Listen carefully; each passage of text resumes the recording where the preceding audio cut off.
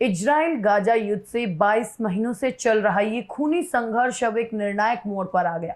Israel प्रधानमंत्री Benjamin Netanyahu ने हाल ही में अपने वरिष्ठ सुरक्षा अधिकारियों के साथ एक बेहद अहम बैठक के बाद जो खबरें सामने आ रही हैं वो दुनिया को हैरान कर सकती हैं। सूत्रों के हवाले से पता चला है कि नेतन्याहू अब गाजा पट्टी पर पूरी तरह से सैन्य कब्जा करने के पक्ष में है। अगर ऐसा होता है तो ये युद्ध की दिशा को पूरी तरह बदल देगा। आज के इस वीडियो में हम इसी नई रणनीति के हर पहलू को समझने की कोशिश करेंगे और सबसे पहले ये समझना जरूरी है कि नेतन्याहू ने ये बैठक क्यों बुलाई। जैसा कि आप जानते हैं, गाजा में पिछले 22 महीनों से युद्ध चल रहा है। इस दौरान हजारों लोग मारे गए, लाखों बेघर हुए और गाजा में भूखमरी की स्थिति बनी हुई है।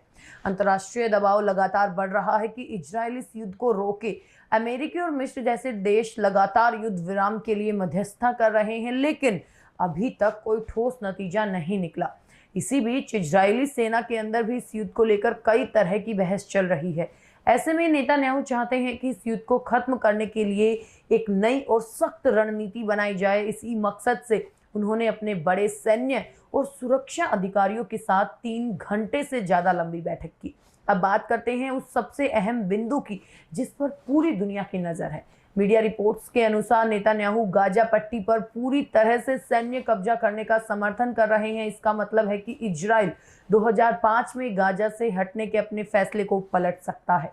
उस समय इजराइल ने गाजा से अपने सैनिकों को वापस बुला लिया था, लेकिन अब ऐसा लग रहा है कि वो एक बार फिर वहां पूरी तरह से अपनी पकड़ बनाना चाहता है। नेतन्याहू के कार्यालय से जुड़े एक अधिकारी ने एक टीवी चैनल को बताया कि प्रधानमंत्री पूरे क्षेत्र पर नियंत्रण करने की ओर बढ़ रहे हैं। इस बैठक में इजरायली सेना के प्रमुख एयाल जमीर ने गाजा में अभियान जारी रखने के कई विकल्प पेश किए। इन विकल्पों में से ही किसी एक को चुनकर कैबिनेट में पेश किया जाएगा। हालांकि ये साफ नहीं है कि इजराइल एक लंबे समय तक गाजा पर कब्जा करना चाहता है या ये सिर्फ हमास को पूरी तरह खत्म करने के लिए एक छोटा अभियान होगा।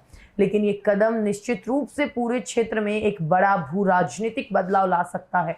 इस युद्ध की सबसे दुखद सच्चाई ये है कि इसका सबसे ज्यादा खामियाजा गाजा के आम लोगों को भुगतना पड़ रहा है। गाजा के स्वास्थ्य मंत्रालय के अनुसार पिछले 24 घंटों में भूख या कुपोषण से 8 और लोगों की मौत हो गई। इसके अलावा इजराइल की ताजा गोलीबारी में 79 और फिलिस्तीनियों ने अपनी जान गंवाई। कुल मिलाकर अब तक इजराइल हमलों में 61,000 से ज्यादा फिलिस्तीनियों की मौत हो चुकी है।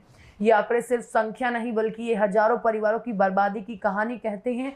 अंतर्राष्ट्रीय संगठन लगातार गाजा में मानवीय सहायता पहुंचाने की कोशिश कर रहे हैं, लेकिन युद्ध के कारण ये काम बेहद मुश्किल हो गया। अगर इजराइल गाजा पर पूरी तरह कब्जा कर लेता है तो वहां के लोगों की मुश्किलें और भी बढ़ सकती हैं। और नेतन्याहू की इस बैठक के बाद अब सबकी निगाहें इसी पर टिकी हैं कि इजराइल की कैबिनेट क्या फैसला लेती है। रक्षा मंत्री, इजराइल कोर्ट और रणनीतिक मामलों के मंत्री रान डर्मर भी इस बैठक में मौजूद थे। ये सभी मिलकर अंतिम रणनीति तय करेंगे।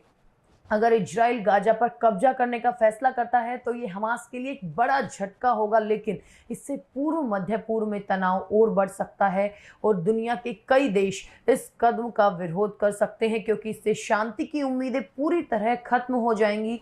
तो ये थी गाजा और इजराइल से जुड़ी लेटेस्ट अपडेट। आपका इस पर पूरे मामले पर क्या सोचना है हमें कमेंट बॉक्स में जरूर बताएं। मिलते हैं अगली खबर में, तब तक के लिए नमस्कार।